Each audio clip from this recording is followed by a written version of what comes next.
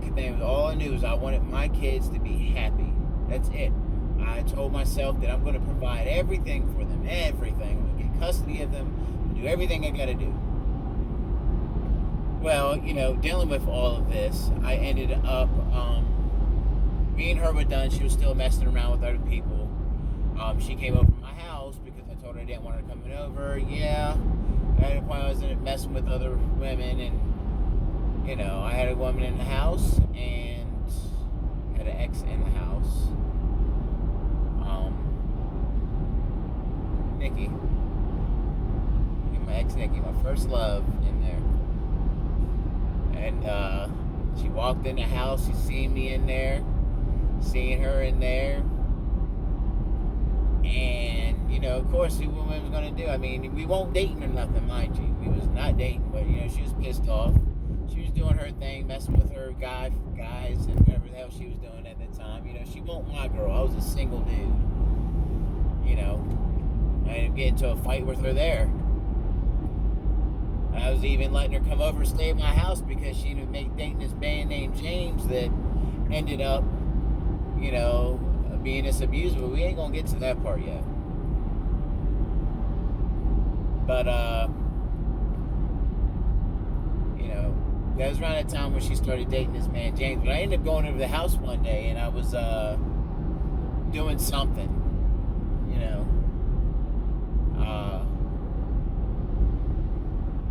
and mind you, at this time, I moved and me and Ashley kind of got to the point where we were like trying to talk and work things out, and she was telling me she wanted me and didn't want no one else, and she was sorry, but at the same time she was still messing with somebody else, so she was still kind of messing with my head.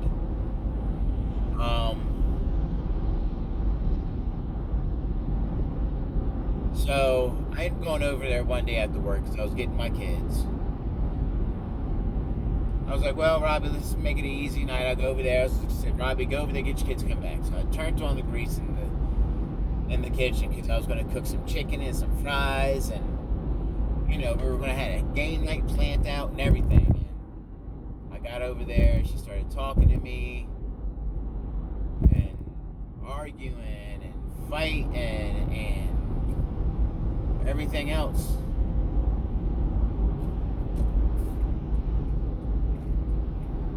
So after that argument with her, I got my kids and I left. I was like, all right, I'm going. Went across the street. I was still walking, crying. And I look up. The kid's like, why is there smoke coming out the house? And boom, that hit me. Robbie, you left the stove on. Lost everything. I lost everything there. Caught the kitchen on fire. House is fully, completely black. Didn't have nothing. See, I moved out when I was 17. And you're 17 years old. Didn't go back. Never went back to my parents' house. Never once did I. I always told myself, I left, Robbie, you left, do this on your own, man. So I left. Do it on my own, and I didn't go back to my parents after that fire. Stressing, struggling where I'm going to go, and my friend Tanya took me in. My sister, Tanya. My nigette, Tanya. She didn't let me stay with her for a while. She let my kids come over. She loved them like they were my own kids. And one of my greatest friends, man. I love her to death, man. So I ended up living there for a while, and I kept on working. And I was like, Robbie, you got to get back, man. And I eventually, finally, place came vacant under her, and I ended up living under there. And surely enough, there... another bad time in my life. It was good, but it was not good. See, at this time, I lived in Ocean View. I moved right behind the shopping center, so I wasn't far from my kids still. Made sure I was around my kids. I was within walking distance of my kids, so I ended up moving there, and Everything was good. I was getting my kids, and I was wild, man. I kind of embarked. I was like, man, I need to find this. I need to find myself. I need to just find me again, man. Like I lost me. Like I was always this happy person. I was always cheerful. I was always, this person. But after those past years being with her, I lost myself, man. I lost me completely. Completely lost myself. See, I learned being so happy. I learned that through my brother, my older brother Thomas, because he was always so happy. He always had the cool friends, and everybody loved him and everything else. And I said, I'm going to be like him one day. And I finally became that person. I got with this woman, and then I lost all of that again. I lost myself. I lost my happy.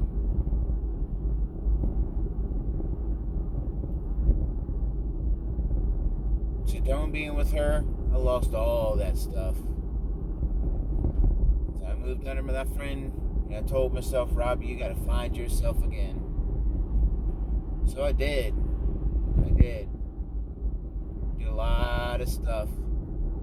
Became a hoe again, but I was still taking care of my kids. I was still working, and at the same time I was fighting for custody to get my kids. So I ended up living in that place. I went to go fight for custody of my kids. I didn't get custody, well, because I lived in a one-bedroom place. It wasn't suitable for all of my kids. But at the time, my kids went through so much with their mother, man. I went through so much. See, she ended up getting with this guy named James. And, this man just did like 15 years, I don't know. Just got out of jail. And she was with him. And this man was like the devil. He would beat on her. Like beat her. I remember her coming to my house. Numerous times I would let this woman come to my house because I was done with her. I was just done. I was like, I'm done. Granted, we might have messed around here and there at the new place. Mind you, I still was not dating. Still did not date. As a matter of fact, I don't think, no, I didn't date still. Still didn't date, man. I was still being a hoe. She would come around and she would come around beaten, battered, and bruised, crying because her man done beat her up, and I'm getting all pissed off because my kids are crying because, their mom is getting beat up, and I can't do nothing about it. I go to court. I tell them what's going on. The judge doesn't do nothing. So I had to keep on collecting evidence. I had to keep on recording my kids telling me these stories about things happening.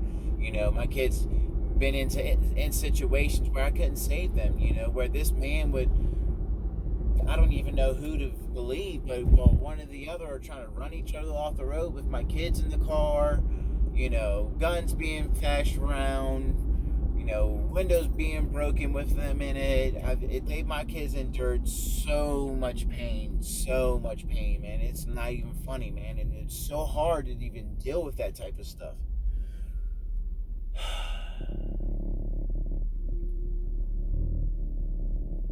They would come to my house telling me how their mom is getting beat up, and eventually she tried to cover her stuff up, and she was a stripper, and she would tell him, oh no, I hurt myself on the pole, or I did this at work, knowing she just got beat up by her man.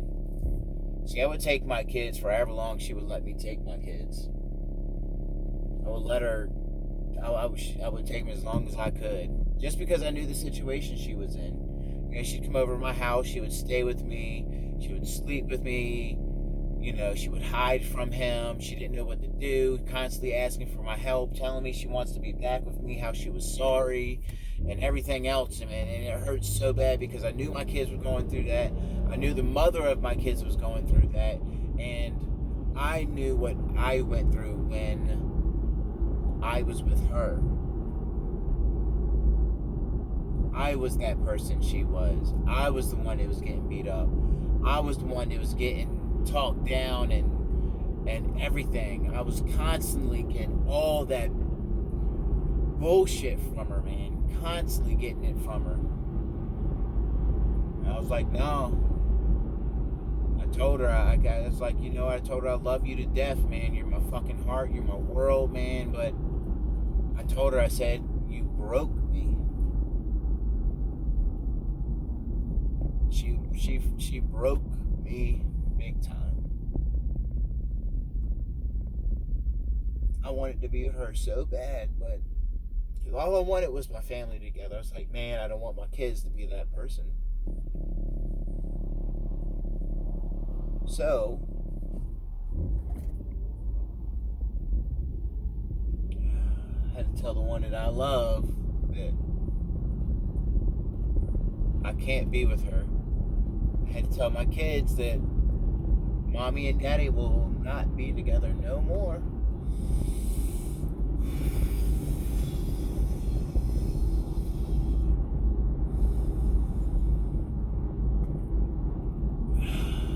God, how I wanted that.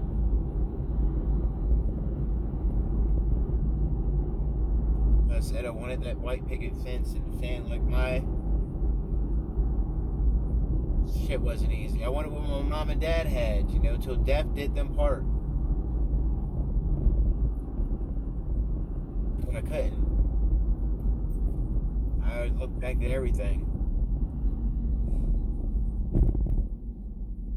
It was bad. She destroyed me. I couldn't even go to my own dad's funeral. My own dad's funeral.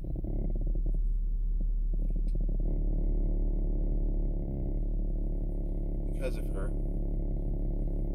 She knew that, see, my dad touched a lot of people. He was a good guy. He was a really, really good guy. And he would come to, people would come there, my friends would come there, and he would be dad to them.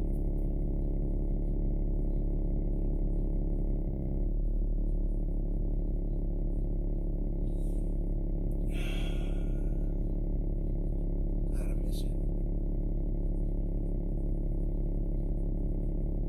My dad had, living in Bayview, I said jump all over the place, man. Living in Bayview, man, like, my dad ended up having lung issues called sarcoidosis. It only happens in a majority of minority people, I guess you would say, African Americans. And he ended up getting sarcoidosis. And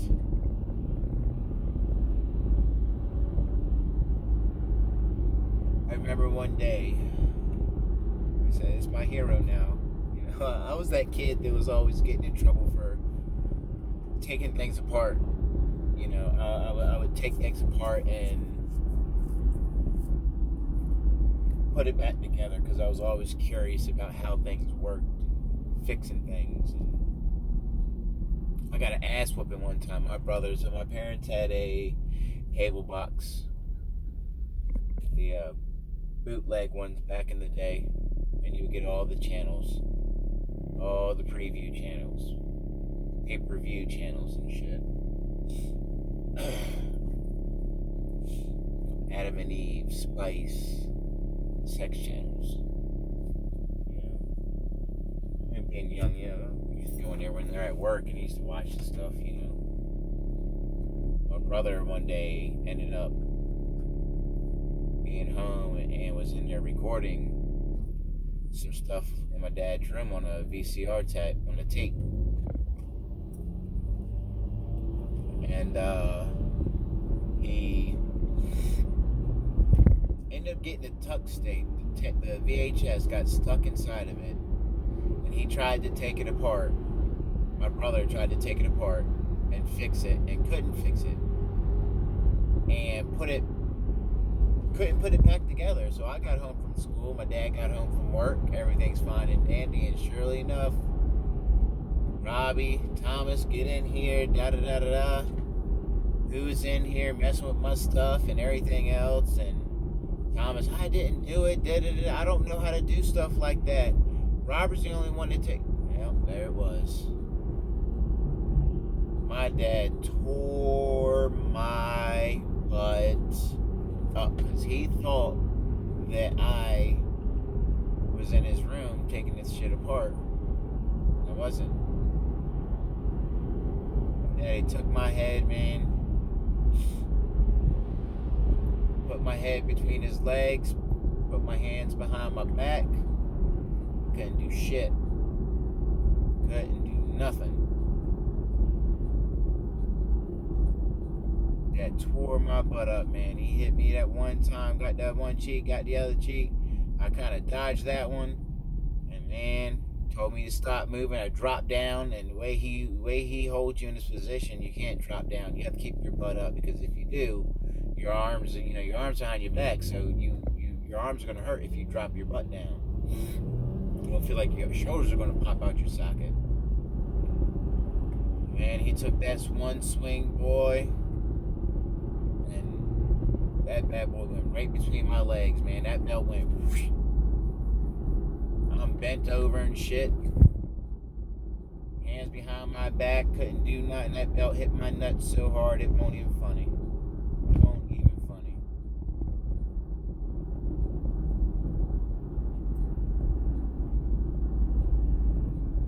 I'll forget that day.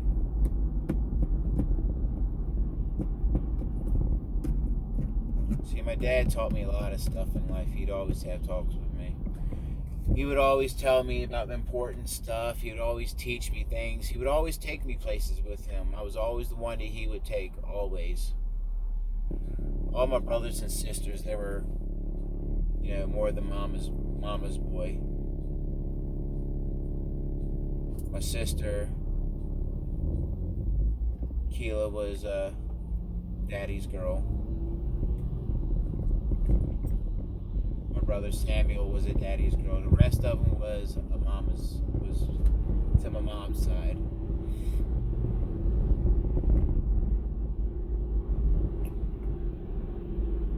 So,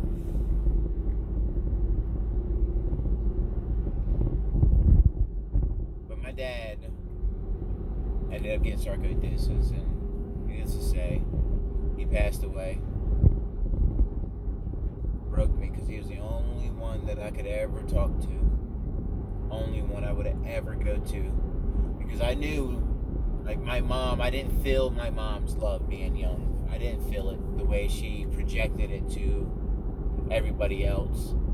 I don't want to say I was a black sheep, but I really didn't get all the privileges and treated the way that my other siblings did.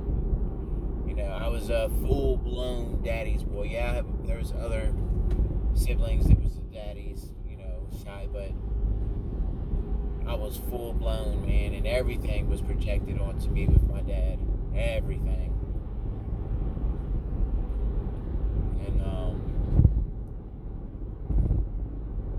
so I got that daddy love. I didn't get that mama love.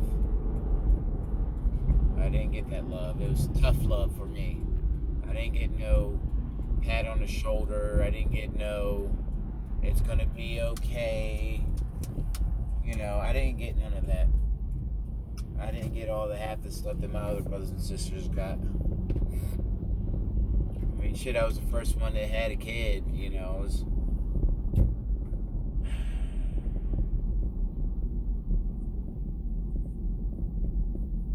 Losing him really put a beating on me. See, at this time I was living with Ashley when my dad passed away. We were kind of going through some stuff. At the time, I didn't even marry her. I wasn't even married to her yet. My dad ended up passing away. All these girlfriends were going to go there. She told me, don't you go to that funeral, because if you go there, I'm going to go there and I'm going to beat a bitch's ass. Yeah, my ex-girlfriend was going to go there because like I said, my dad touched people. He was that guy that, made you feel like you're a second dad. I remember that day. I remember sitting, walking, crying. I cried that whole day, just wanting to see my dad. Just wanted to see my dad one more time. One more time is all I wanted.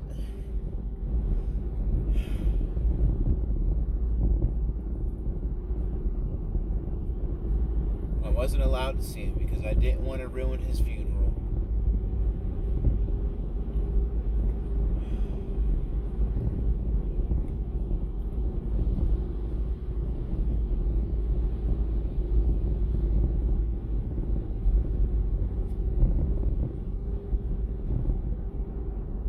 You wonder why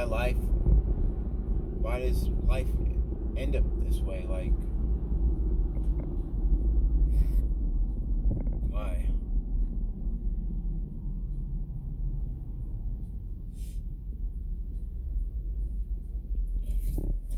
Well, so back to living with Tanya. Under Tanya, I ended up going to court a few times to get custody of my kids. And I had my kids kept on coming to me and telling me about everything that's happened. I remember getting my kids asleep. I remember countless nights, so many nights crying because of my kids telling me about everything that they've seen, situations that they've been in. You know, James tried to run mom off the road, or mom and James got into a fight, and mommy's beat up and everything else so many times, and I could not save my kids. I felt so helpless. I could not save my kids at all. Could not save them.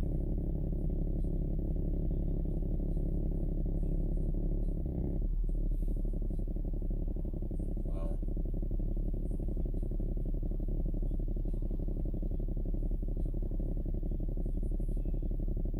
courts wouldn't help me.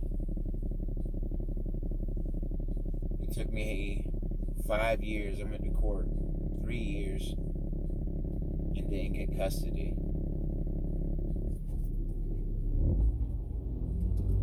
I was fighting it for 5 years, and I went to court 3 times to go to get custody and never could get it.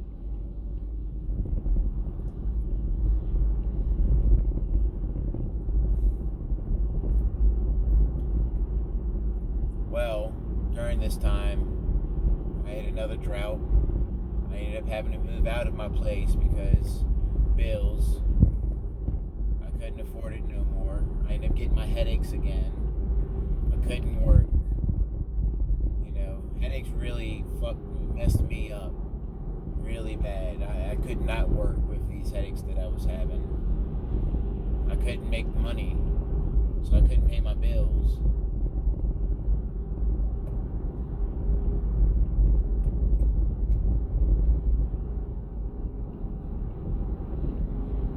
So I ended up meeting this girl named Karen. And mind you, like I said, I've never dated since my baby mama. Just was messing around, really. Finding myself, trying to find that right girl. And I ended up getting with this girl named Karen. I was done with these young girls. She was old. She was older. Way older. My mama's age. Older. She wasn't supposed to be nothing but just a one-night thing. I was a one-night thing for her. She was a one-night thing for me. I was like, hey, I'm going to go to an older chick. This is going to be cool. You know, never done it. Ended up hooking up with her. Ended up liking her. Ended up moving in with her. A small house. Still dealing with my baby mama drama. Constantly dealing with it. And moved in with her. I would get my kids to come over all the time, and eventually I ended up going to court one more time to fight for custody, and I couldn't get custody. So, me and Karen, great girl, wonderful fucking woman, wonderful woman. She definitely helped me out because, as I said, I was trying to find myself. I was learning about women. You know, it was a big learning process for me because I was so used to doing the wrong things with women, not worrying about their feelings. Because I was on this thing. I was like, my baby mama damaged me. I was on this hoe kick, you know. I would go for any girl I could get, you know. And I mean, I would get them, you know. It wasn't hard. It wasn't hard. So I ended up getting with her, and you know, like I said, you know, she taught me. A lot of my women in my past have taught me. I've learned a lot, you know. But she's the one that kind of made me look back on a lot of stuff. You know, me and her ended up moving and getting a nice place for all my kids. We ended up getting a 5-bedroom house, and it was great. I moved out. We ended up staying there. My kids were coming over. They enjoyed it. They had their own room. They had a huge backyard. You know, it was perfect. You know.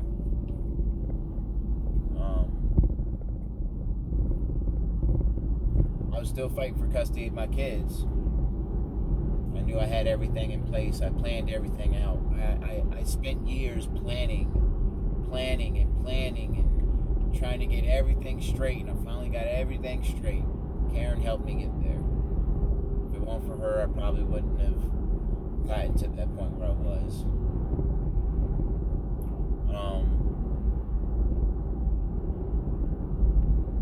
It's like she changed a lot. Like I was so used to being on my own, so used to doing it on my own, not having to help, not asking for help, just doing it all by my own. And she was just like, one day she was like, Robbie, you gotta let people help you. You have to let people help you because that's what people are here for. So that's something hard for me to do because I've done it so long for myself, and I don't want to show weakness to anybody that I can't do it by myself. I don't want to show people that I'm incapable of being able to handle a situation that I'm in.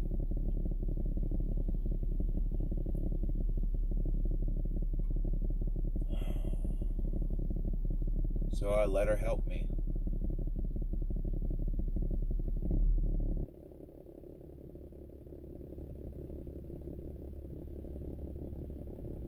It turned out good.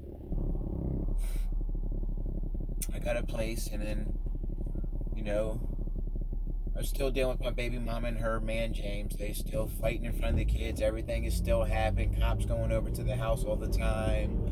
You know, constantly. I mean, where the Popo know them. I mean, you say their name and they know them too.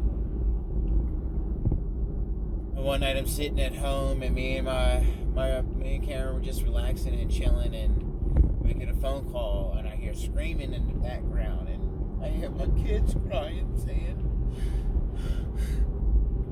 Dad, please come help us. James is beating up Mommy. And I hear her screaming in the background. I hear my daughter screaming. I hear my boy screaming, telling him to stop. And I couldn't do nothing.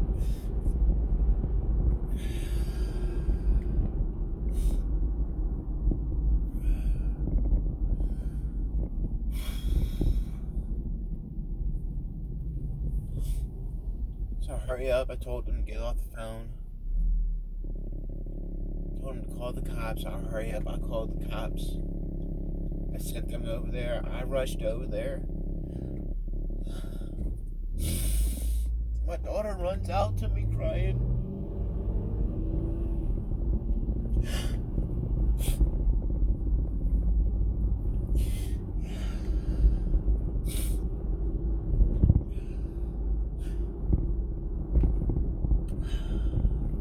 finally got custody of my kids.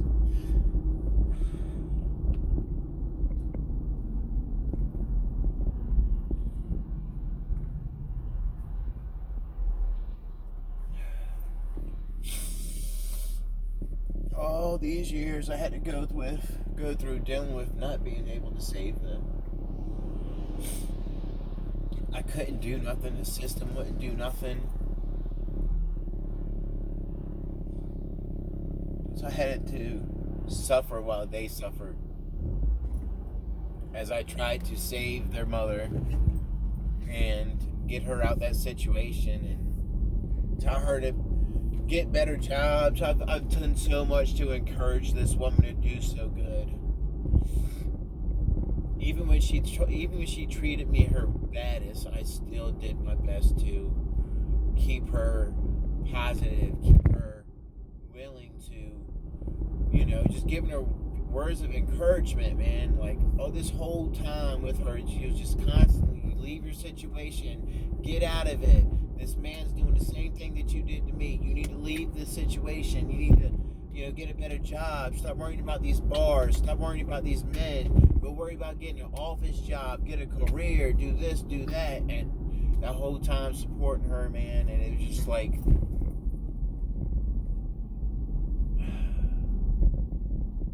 she didn't care. I ended up going to court. I got custody of my kids. I got emergency custody, and then I had to go to court to go get full custody, which all rights got taken from her. I finally got my kids. My kids had their own bedrooms, had a big yard to play in. I built them a huge freaking tree house that they played in. And I finally got my kids out that situation.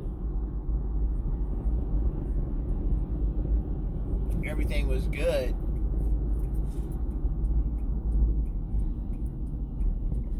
But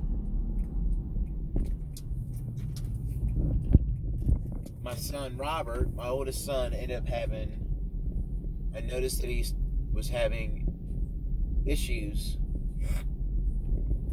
It wasn't good.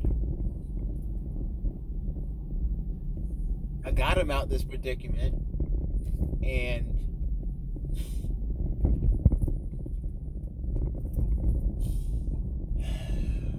I got my kids out the situation they were in, because this was their second run. Now mind you, I had to deal with this. They had to deal with me and their mom's bullshit, and then they had to deal with the same bullshit from their mom's boyfriend's relationship. So when I got my kids, it was as if they didn't know how to love. They didn't know how to love each other. They were always fighting and feuding with each other, and all we could do, me and Karen, all we knew was we got to give them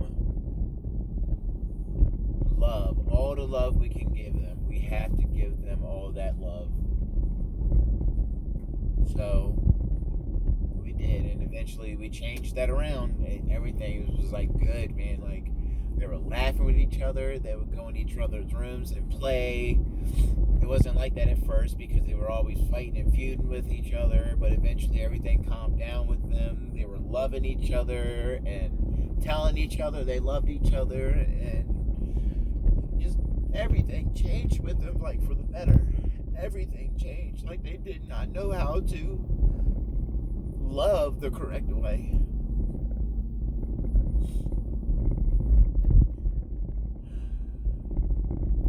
But we finally got them in a happy place. We always showed them we did so much things with them.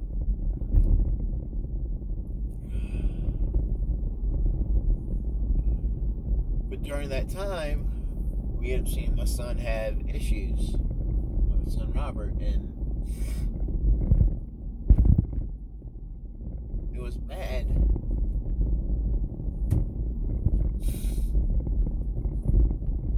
Mentally bad.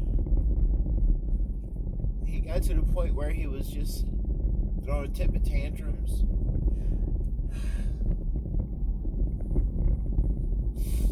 had to deal with him putting a pillow over his brother's face, trying to suffocate him, and him telling me he did it because he was mad at him. I had to deal with him putting my other son in a chokehold, choking him to death by turning him black and blue. I had to go in there and save him from that. Like, he was going through so much stuff, and I did not know how to handle it. I knew we had an issue a long time ago when he was younger, but we put him in a home to try to get him to help him. Their mom didn't want to help him. Mom didn't want him in there. We put him in there, and she didn't want him in there, so she took him out no less than 24 hours.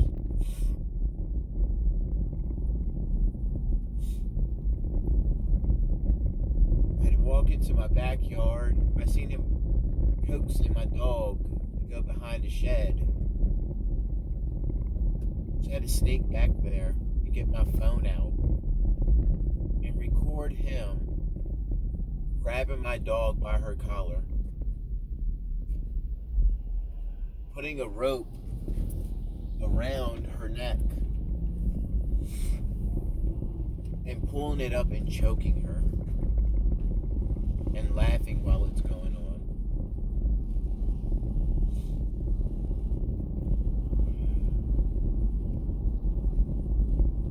I still didn't know what the hell was going on until he had a break. Me and my son got into a fight. And then that was it. That put me out of my element, man. It destroyed me, having to fight my son. I remember being younger and getting beat so much by my dad, at a point I was just like, I jumped on my father. I jumped on him while he was on his breathing machine. I believe he was. I'm not sure. But I remember him being in his robe that he always wears. And he kept on getting on me about something, and he ended up whooping me. He ended up hitting me. And I didn't cry. And I screamed. I got these tears. I did cry. I got these tears in my eyes, but it wasn't out of pain. It was out of anger. Like, I jumped on my dad, and I threw him on the bed, and I told him, I said, don't you ever touch me again. Don't touch me again, because I will fucking kill you. I looked at my dad that day, and that look on his face of